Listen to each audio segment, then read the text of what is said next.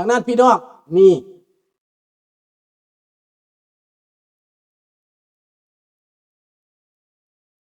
ดังนั้นข้าพเจ้าเว้ามานี้แม่นถึงเวลาแล้วนี่ข้าพเจ้าไปประชุมครั้งแรกอยู่เซียดู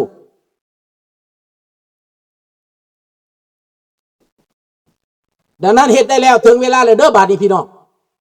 มันสุกงอมแล้วมันถึงเวลาแล้ว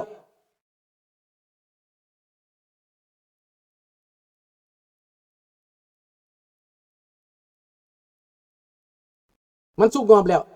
ส่งให้เพิ่นโดยตรงข้าพเจ้าผู้ใดส่งทางมอนิกราฟนะมีแต่โทรไปบอกซื้อ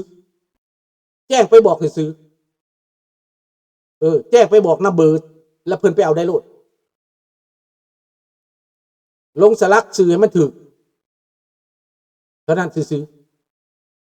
นามสกุลเพิ่นสื่อเพิ่นถึกแล้วโทรไปบอกเพิ่นไปเอาได้โลดเริ่มต้นจากแนวนั้นนะ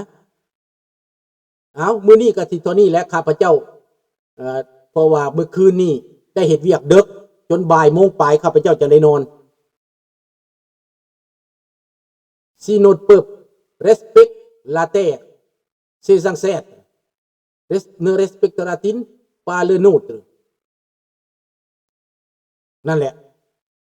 ต้องสนับสนุนต้องเอาใจใส่เด้อพี่น้องเบิดทุกคนทุกท่านเด้อเอาขอให้อยู่เย็นเป็นสุขเด้อพี่น้องเด้อขอให้ขึ้นให้เกินขอให้ร่ำให้รวยขอให้สมมุ่งมา่ปรารถนาและข้าพเจ้าสิขอห้องอีกคนหนึ่งอยู่ในโตรนตูเป็นบุคคลสำคัญถ้ามันเป็นไปได้ข้าพเจ้าสิขอห้องให้เพิ่นเป็นสปอนเซอร์จักหน่อยหนึ่งนะจะยกฐานะบทบาทเพิ่นข้าพเจ้าจะโทรไปหาเองนั่นหรือข้าพเจ้าจะไปเองอันนี้ข้าพเจ้าจะไปเองก็ได้หาวิธีอยู่หรือว่าพ่อกันอยู่แห่งใดแห่งหนึ่งท่านผู้สำคัญคนนั้นข้าพเจ้าอยู่ในใจอยู่ดนแล้วอยากเว้าเรื่องนี้ดนแล้วแต่ว่าเพิ่นสิมีความเมตตาปานีบ่เพิ่นสิคิดจังใดก็สุดแล้วแต่ครั้งนี้ข้าพเจ้าสิเสียเปรียบ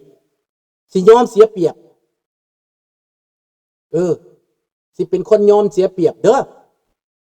เพื่อบ้านเพื่อเมืองข้าพเจ้ายอมเสียเปรียบนะเนาะเอาอำลาพระจากเท่านี้เด้อพี่น้องเด้อThank you. Love you to everyone. Love you to all. Merci beaucoup. Good night. Bonne nuit. ราตรีสวัสดิ์โชคดีเบิดทุกคนพี่น้องบ๊ายบายและผู้ใดบ่ทันอยากรับอยากนอนก็ฟังเพลงต่อเด้อ